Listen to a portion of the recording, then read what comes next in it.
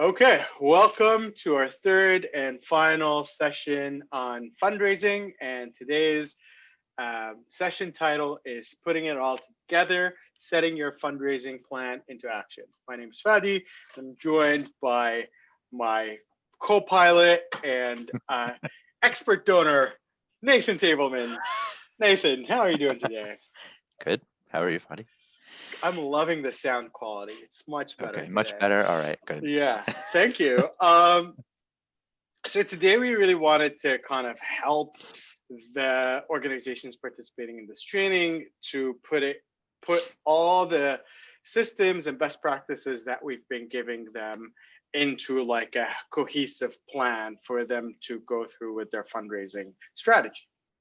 Okay. So what I wanted to do is start with our plan and get you to react to the different components to it as a donor. So first and foremost, the So most I'll practice my reaction faces. I want you to practice your reaction faces, and I want Okay. you to share your genuine thoughts as a donor. Okay. Um, the first step in anything is really identify who are we going to talk to, who are the people that we think are closest to the work that we're doing or most primed to be a part of this message or this program. And you can define primed in any way, whether it's relevancy, whether it's interest, whether it's previous engagement. But this is really what we want people to identify first and foremost. So it's about thinking about the category of donors that they would like to engage, really kind of articulating to themselves as an organization, as a team, why are they the right audience for this COVID fundraising plan right now? So why are we trying to talk to them? Why are we prioritizing them over every other stakeholder or donor category right now? And then we want to practice that empathy. What do they care about? What motivates them, or what good do they want to create in the world? And so have that kind of putting ourselves in their shoes experience or exercise. So for us, what we did at Venture to Impact is that we really wanted to engage with people who have been on a volunteer program in the last 18 months. We felt like, we'll probably work our way backwards to the people who have volunteered with us in the last 3 years, but we really want to focus our effort and focus on the time and on the 70 or 80 people that were with us in the last 18 months. And then why we said, because we believe that these people are most connected to our work and to the communities. They have the most recent memory of the work that they participated in. And then we felt like these people also want to know that, like, oh, the thing that I did 6 months ago or 8 months ago or 10 months ago is still going, it's still viable, it's still meaningful. It's not gone. It's not going to That's an disappear important because one. of the work that I did. Yeah. So tell me about your thoughts around this. Remind me how long you've been doing this? How many years? As an organization or Yeah. a volunteer? Well, Venture to because Impact's of been around the since 2016. okay, so I was wondering a bit where the 18-month thing came from versus your whole timeline, which is what, 4 years, you 4 or said? 5 20. years, yeah. Oh, okay. But I guess if your determination is the people who have the most recent memory, that makes sense. Yeah, I think the second bullet you have there, the 18-month people are the most connected. I mean, I think that for me, well, that and the last one actually sort of combined for me, the one about communities still be sustained. I mean, I actually was a little worried about it. Like, because I thought, oh, I know from when because for those of you who don't remember last time, I went maybe on your last one. I mean, it was the end It of was the February, the last very one. beginning of March, and then things shut down around the world. So then I actually was like, well, where are these people having their classes, and how are they getting, you know, I mean, just as a side note, really quickly, one of the classes I taught was about marketing and how to like raise your business that basically make more money at your business and maybe collaborate with others. And there were some knockdown, drag out, not literally, but arguments between the different types of vendors in the room. And it was awesome to watch because they were like, no, don't do that. I mean, it was being translated for us. Don't do that because, you'll go out of business. And then a couple of them were like, hey, if we actually sold shoes and clothes in the same place, we could split the rent and then we wouldn't have to pay as much rent. And there were some connections made and I thought, well, whatever happened to all of that? And when you called me, it was, I'll be honest, somewhat of a relief because I was like, oh, they're still doing something and trying to keep it Something going is still somehow. And happening. yeah, something is still happening. Yeah.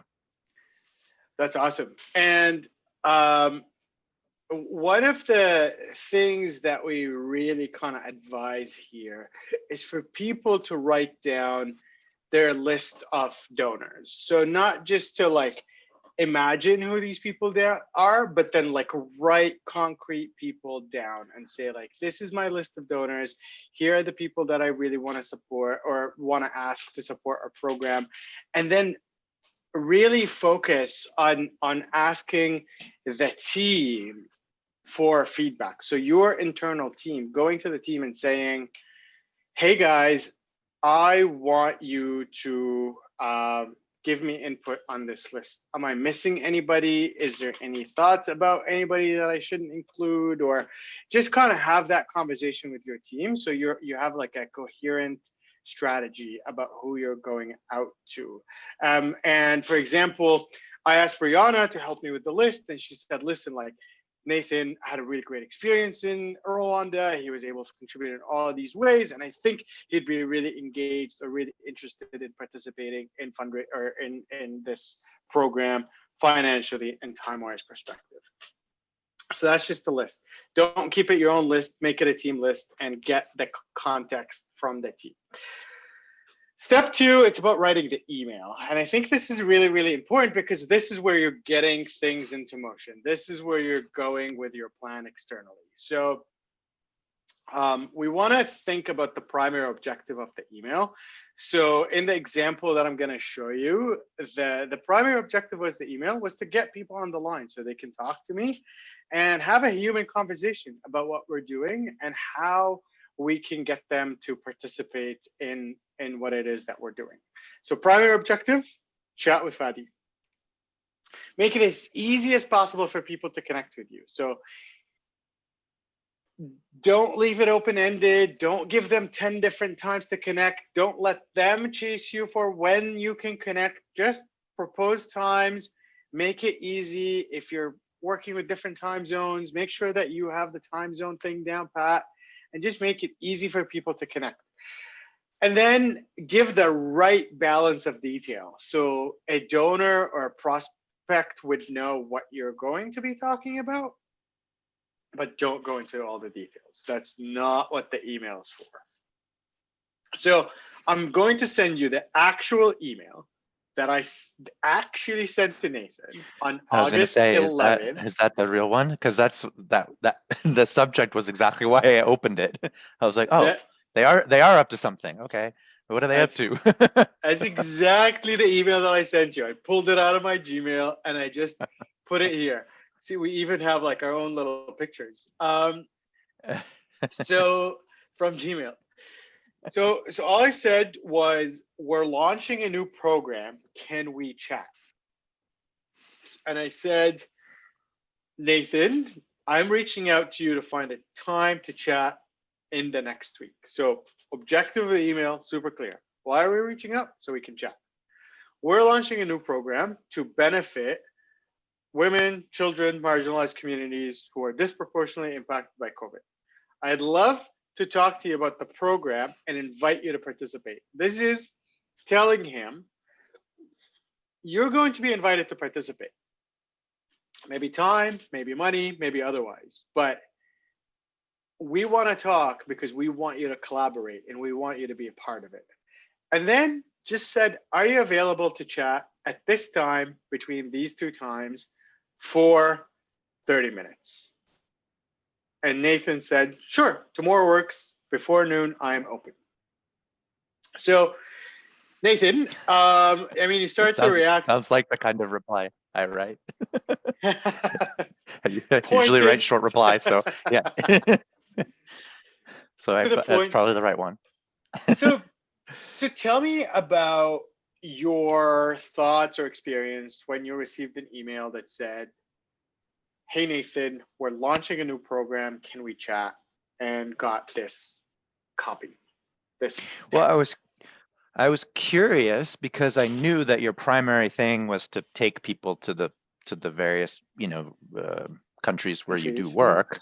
Yeah, and you were, if I recall correctly, there were some ideas of like other countries that the main organizations you work with were also operating in. So I knew that you were looking to, I don't want to say expand, but just make sure that you were constantly delivering to your mission no matter sort of what was going on. But this is a global pandemic, so it really made it impossible unless we were going to do it in our backyards. It was going to be tough.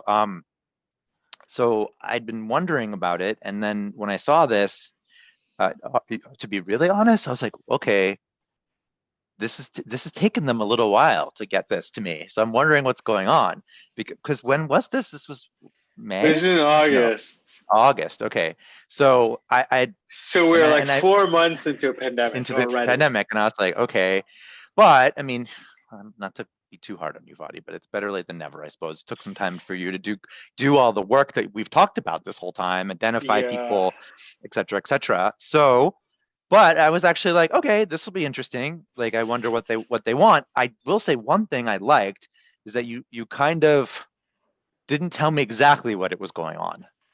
So you actually made me curious about what was going to happen in the conversation. Yeah. And It's there's a thing happening and we want to talk to you about it and you're gonna be invited to participate. and the times there below made it really easy for me because I mean, I'm not always the most typical, normal example in some of these things, but I have a pretty busy work day, and the fact that I could just literally look at my calendar and look at those slots and do it really quickly, I mean, it was great. That was really helpful for me. That's awesome. And from there, we actually moved into a conversation. We got on the line and we talked about this program that we were starting, which included NGO training, among other things. And here, our tip for organizations is have a really, really, really tight agenda. So your agenda really needs to include learning about your donor. So I Oh, yeah. not not in a sense of like who they are and what they do. I know Nathan. I know what he does. I know where he's at. But I don't know how he's been since the pandemic, where his focus is, what he's thinking about. So we wanted to get a little bit of familiarity and get some information about how is he doing and how is he spending his time and what is occupying his headspace to start to think about how does this program connect to him and his values and where he's at today. Um, give details about the program. So now we go into the details. Now we say what we're doing. And then we invite Nathan or a donor to participate. So Nathan, we're gonna go into this as a mock conversation, like Okay. a role play, which I sprung on you about 20 minutes ago. I didn't even have a chance to make a costume, so so I'll try. so I'll give it a shot. yeah, let's do it. So here, like really, we're trying to understand how he's handling the pandemic, and then bring him back to V2I, and then bring him back to like what created the affinity, and then how does he think people are doing right now? Just that's the discovery piece. So game face. Nathan, thank you so much for making the time to do this. We are really excited to have a chance to talk to you about this new program. Okay, I'm Before listening. we get into this new program, what I really wanted to learn about from you, because you went from the height of giving back, from being on the ground, collaborating with communities, collaborating with peers and people from your organization, other organizations, to coming back to New York City, to pandemic, lockdown, complete social isolation. So since the global pandemic, how has your ability to give back changed? I don't, sorry, Fadi, I don't remember what you gave me the instructions for. Am I supposed to answer as me, or am I supposed to Yeah, yeah, pretend yeah. to be some? No, Okay, answer, sorry. just answer. Just go for Okay. it. I think that if I have to actually remember the conversation we had, and I think I mostly talked about how, I traditionally have been thinking about giving back in a couple key areas, and one of which has been food insecurity and homelessness. And because so many people were out of work because of they lost their jobs, because like so many things closed down, it was pretty bad actually. And even with some of the things that had been passed about you couldn't evict people and all of that, eventually those back rents and such would be due. So, but also, I couldn't go anywhere. And a lot of the nonprofits and other organizations, the people who were working for them, were sick and it was pretty, like, we didn't really know that much in the beginning. So people just didn't do anything. Like we just didn't. Now we know like a little bit more, and we know a little bit better how to stay safe. So it was actually hard finding people. And so locally, I just started to focus locally. Like there's farms around here that grow. I live in the Hudson Valley. If we never mentioned this, all farms up here. They have shares you can buy that they have the connections to bring it to people to help feed them, and other organizations like that. And because I just moved here like maybe a month before the pandemic started, I didn't have all the same connections where I had before, where I'd lived for 20 years. So I spent a lot of time hunting down people and finding things to refocus giving on. The second category is usually around access to the outdoors. And while I knew that people were staying home, I also sort of had a sense that because people couldn't travel, there were going to be a lot more people in the parks and near things that were nearby. And so I stayed in touch with them to make sure that when the parks reopened, because even a lot of the parks around here were closed, that there was the facilities to handle that influx of people. And I think that's what I shared with you, right? If I remember Yeah, yeah, correctly. yeah. Yeah. Which is perfect.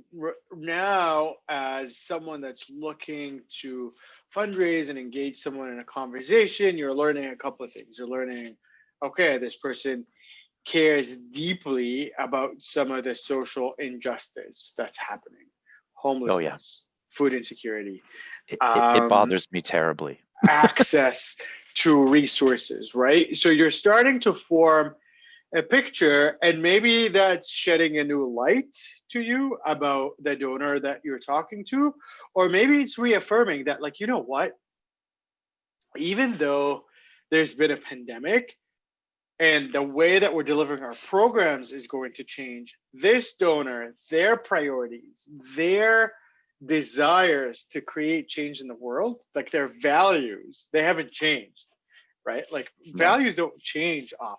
And you're no. just getting a sense of that. And then we want to move back to us, to V2I, and really learn from Nathan about why he chose us. So Nathan, you were with us on a volunteer program in Rwanda.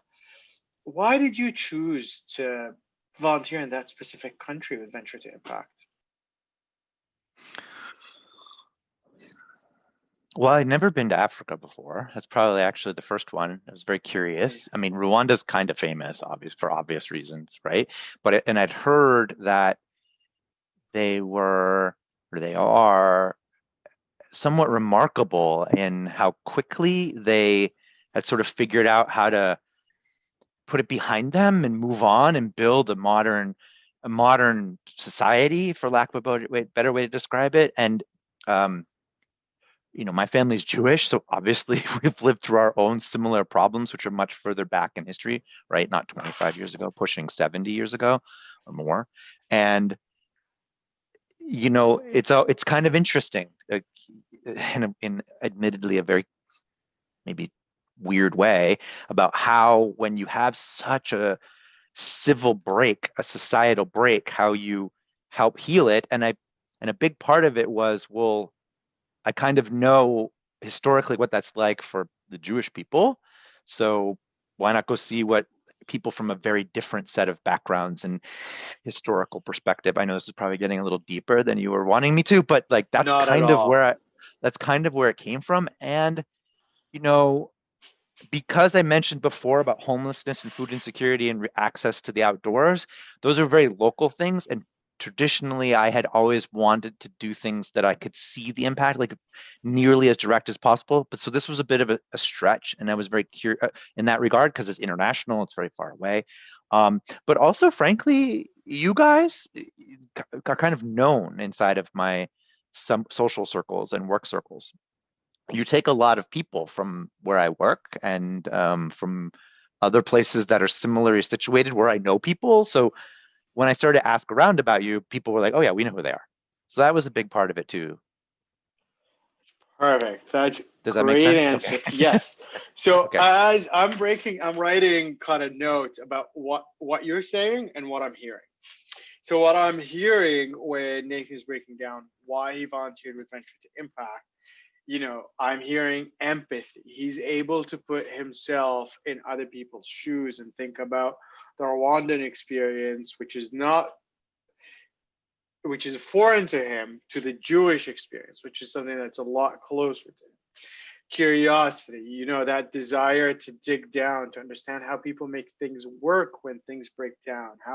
So he's engaged, he's interested, he wants to learn, he wants to grow, he wants to help, he wants to see his impact. And all of these things are still there in this new program that we want to offer, even though that they're virtual. So I'm getting Nathan to also the reputational thing, the fact that we're a trusted organization to him. That's really important because that can bridge the conversation to, you trust us in this space, help us make the leap into this new space and new programming. So I want you to kind of hear what he's saying, but then also hear the emotions, the honesty, the like the essence, right? Like there's what we say and then there's what we mean. And what we mean is he's saying some really, really deep things that as a fundraiser, you need to be listening to and identify, can you actually serve this person and their desires? Can you actually give them an opportunity where they can grow, where they can learn, where they can stay curious and have a sense of um, community and a sense of, okay, I did something impactful. I saw my impact. So then we would move on to the other questions. But the silver bullet question really here is, how do you think the community that you supported has been impacted by the global pandemic? Oh yeah, I remember this one. Yeah. Yeah, and I think I responded. Well, again, something I've said a few minutes ago. I've really thought about this because in Rwanda, when I was there, I saw how the communal people are, and they they hang out together a lot. Like they are playing games and cooking and listening to the radio, listening to soccer, football, right? Um, and in like big community groups, and I'm like, well, if you're not supposed to hang out together, what are these people doing? Like, We're it gonna seemed to be a do. really Yeah. important part of their day. And then also in the community center, you're I don't remember the numbers, but anywhere I'm going to say mid 20s of people sometimes in the room. You're teaching them, well, you're not supposed to be doing that either. And then they shop in these big markets, these open markets. Like how is any of that working for them? So Right. and I so that was what I was thinking about when you So asked me that's that question. perfect because now you're like, okay, this guy isn't only like empathetic and curious and wants to learn and wants to have opportunities where he can like really find his impact, but he's wrestling with this, right? Like he is looking for a context to potentially contribute. And this is really a a really strong discovery session, because you're finding, it's not like Nathan's answers are like, I don't actually know and I don't care. Like, I'm just like really busy, work's really crazy right now. There's just so much going on, and my neighbor and I are fighting because he's having all these big parties and I'm worried about being infected. Like, you could hear these conversations and you're like, Yeah. I don't know how that's gonna happen. I don't know if I'm gonna be able to fundraise. But in this specific conversation, you're like, this is moving in a direction where I can actually invite Nathan to participate in something that might be meaningful to him, because he's thinking about this, he's wrestling with this, he's frustrated that he doesn't know what to do, he doesn't know how the community can be accessed and supported, but we're developing that and we are offering that opportunity.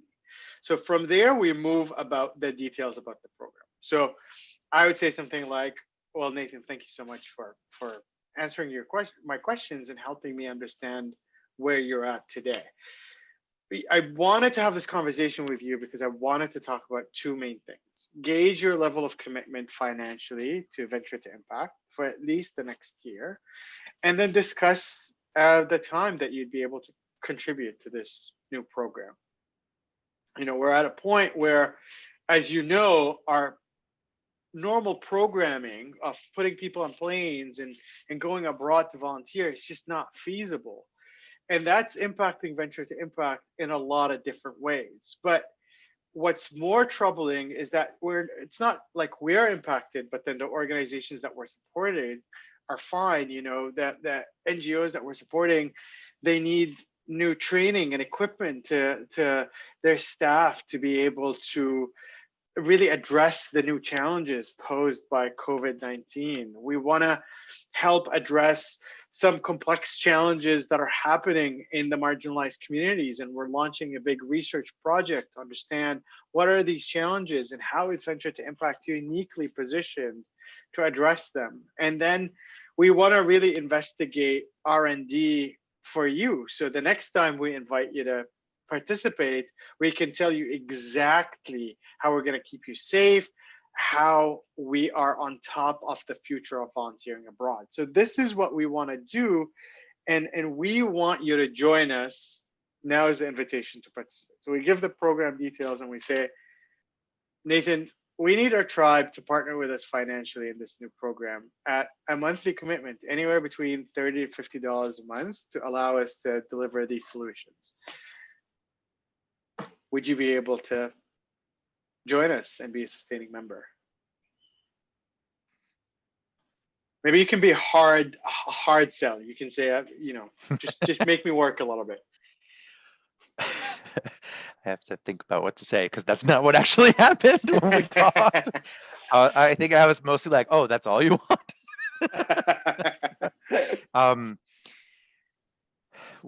We got the example we chatted about was like, "Oh, I'm not sure. I'll have to think about it," right? Which would be a normal response to someone, right? You're like, "Oh, especially if I hadn't been thinking about it." Like, say I was the example you gave earlier. I just have a lot going on. My neighbor's having big parties. I'm worried about COVID myself. I hadn't thought about it. Maybe I have to say, I'd have to think about it. So then, you'd have to be prepared to push a little, maybe, or ask a little around it. Yeah, absolutely. You want to stay in it. So the whole idea behind the discovery is that you anticipate where this person's coming from.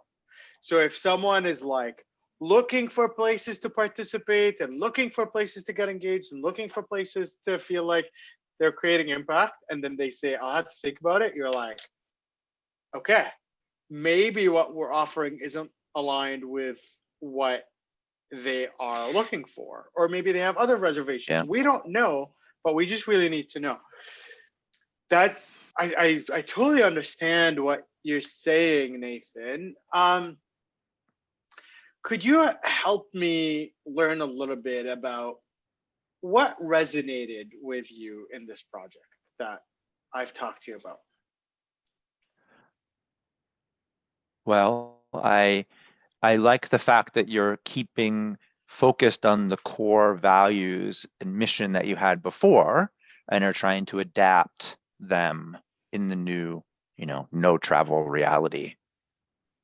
Yeah. And what's your hesitation?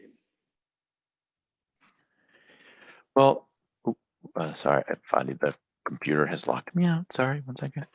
For log back in. I don't know. I guess I didn't move my mouse enough. That my hesitation is, we're not getting this remote learning thing right here.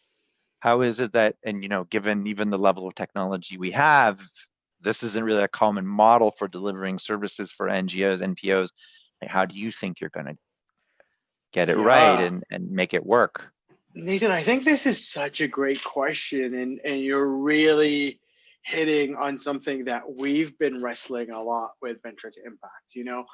Not only are we delivering a program virtually, um, which is so complex, as you have mentioned, but we're also working with so many different time zones, from the Far East to Eastern Europe to various places in Africa. It's so tricky, to Brazil, right? And so this is just a really, really tricky thing to manage, and to manage virtually. Fortunately, we have experience doing that. Every year we manage 100+ volunteers who are coming from so many different places and so many different time zones. And we're responsible to educating these volunteers. We're responsible for creating curriculums remotely. We're responsible for keeping things moving and keeping people educated in the loop. And so this is something, even though a little bit different, this is something where we have experience in, we feel comfortable with. The other thing that we're doing, which we think is kind of innovative, is that we're actually posting all of our content to YouTube. YouTube is a platform that's recognized by globally. Every Yeah. country that we work with, they know how to get onto YouTube, how to access content on YouTube. So this is not something that is going to be difficult for them. Everything is going to be managed on YouTube, but to ensure the personal aspect, to ensure the customization of the different things that are happening with our partners, we want to make sure that we have mentors that jump on the line weekly and help each partners work through their unique and specific challenges. So that's how we're handling the remote aspect. Does that make sense? Yes, it does. Okay. And then I mean, hopefully, in all honesty, because I wasn't very good at role playing. I'm sorry, Fadi, but because in reality, when we had this conversation, I think we were done in 10 minutes or something. Because I was like, oh, okay, sure. But I do remember I asked you some question around this, because I was like, well, do people have the computers they would need and internet? And then I remember we did talk about how you were going to run it, and the fact that I had remembered that people there watch YouTube videos on their phones. And they would, like, sometimes a bunch of especially the younger boys, were huddled around their phones watching, sports and stuff. So they can definitely watch YouTube videos for sure. yeah, So that exactly. made sense to me. Yeah. That's awesome, and I love that we kind of went through that. So Nathan, or said donor, would sign up, and I'd say thank you so much for becoming a sustaining member and committing to our program. And now I'm going to follow up with you with an email to tell you how you can donate and talk to you about next steps. In this email, again, you keep it really, really simple. Thank them for their commitment, give them a link to where they can donate, and then also give them the information that they need about the sustaining members so they can refer to it, whether they're talking to their spouses or they're talking to anyone that wants to learn about what they just signed up for. It's always really good to give people like I a recognize some of those places you just yeah. went by. Exactly. It's always really, really good to give people that, like, this is what you're supporting, this is what this looks like. Follow up with that like type email. Now, sometimes in the last few minutes that we want to talk about is that sometimes people don't get back to you quickly. Um, what do you think Yeah. about that, Nathan? Like, if you send the email to someone and and we don't hear from them. How do you feel about follow-ups as a donor? How do you feel about little nudges to make sure that you're still good for that commitment? I think in two categories, maybe. One is if I hadn't responded to the first email, like the initial one you showed, um, I would, I mean, I would say don't give up, but probably a second try would have been good. I don't know if I would have gone after a third, to be honest, because there is a chance that I just didn't see it, right?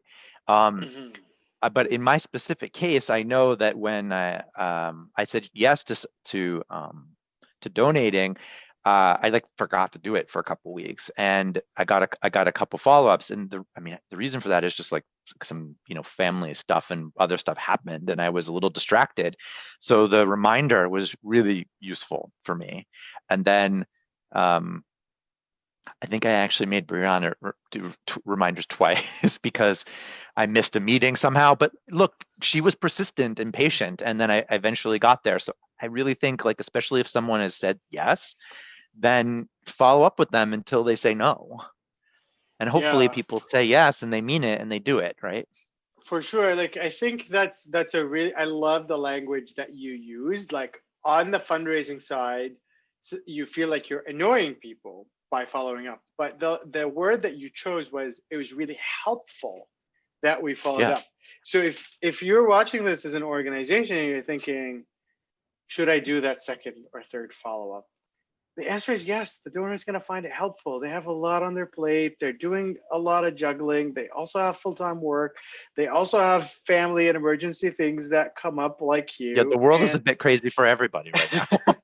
and so a gentle, kind reminder is really good. What we found helpful for us as well is that we actually started to tell people, why don't we get on the line and go through the website together and finish that donation together? So maybe your donors need that nudge to complete the journey together, and don't hesitate to offer that. So basically, that's our session today of putting it all together, from identifying your donors to writing that email, sending that email, getting the discovery and fundraising call done, and then sending the follow up email. You've been through this entire journey, Nate, with us. A, as like a prospect, the donor for the Sustaining Member Program, and B, as someone that was teaching this. Do you have any thoughts or ideas or any kind of last, things that you want to share? Hmm. I think that the people respond to genuineness. So um, I don't know if how good this is or not, but I feel like if you tell people that this transition is you're working through it and you're honest, that genuineness comes through, because people typically, when someone starts to talk about something they really believe in, there's like a tone or a way that they're doing it. And as a donor, when I hear people talk that way, I can hear that passion. And it's basically like, well, look, if this is that person's passion, I'm not sure what's going to stop them. So I'll help. I mean, seriously, like with you guys, that was an easy thing because every person I ever interacted with at V2I was clearly passionate about what you're doing.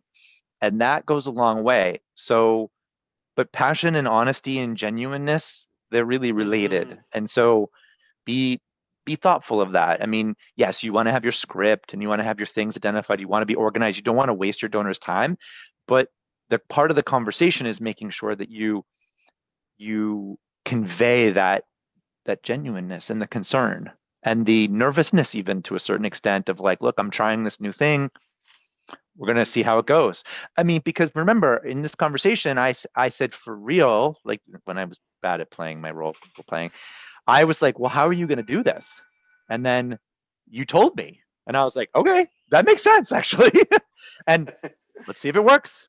Yeah, Because in some ways, it was trying was a hell of a lot better than doing nothing. I love that, and I think, I just want to echo something that you said that was really, really important. Like, you have your scripts and you have the process and you have everything, but then you said like genuineness is like the biggest thing. And I think I cannot stress that enough. Like, you're creating your scripts, you're creating your questions, you're creating an agenda for the conversation to allow for the most amount of real and authentic conversations to take place. You don't want to waste anybody's time, like you said, and you don't want to jump on the line and be like, well, I don't know what we're going to do here. Like, you want to be tight. Right. So you can allow that like really, really great, like organic, flowy conversation. Like, I couldn't predict that you're interested in nature and in community supported agriculture and all that stuff. Like, that's, you drove that, and because that was driven to the into the conversation, it led us into having a really genuine, unique, and authentic conversation. So ask your questions, but be authentic and be organized only to get a good conversation going. I think there's only one more thing I would add. Don't forget that communicate to people in a culturally contextual way, right? Like, we know that in some places people are all about text messaging. Like, email is basically dead, right? It's just all these short text messages. Smart. Phone is really important in some places, particularly maybe to older people. I would somewhat put myself in that category. Like, the easiest way for me to get to talk to me is really on the phone. Just call me. But so just think about that a bit too. We've talked a lot about email, but even if you develop those scripts, they can be used on the phone. They can be used in email. They can be used over text, right? They don't, just because we focused on email doesn't mean, don't, like, do it the way it makes sense for your Do area. it the way that makes sense. Maybe it's a WhatsApp, maybe it's a text Oh message, yeah, maybe it's WhatsApp. an I forgot about email. that.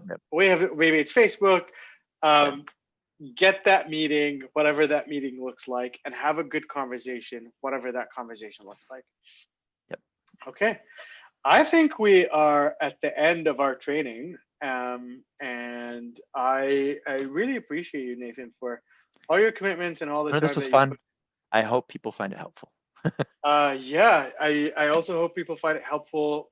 We thank you guys so much for being a part of this training, and we hope you find this conversation helpful.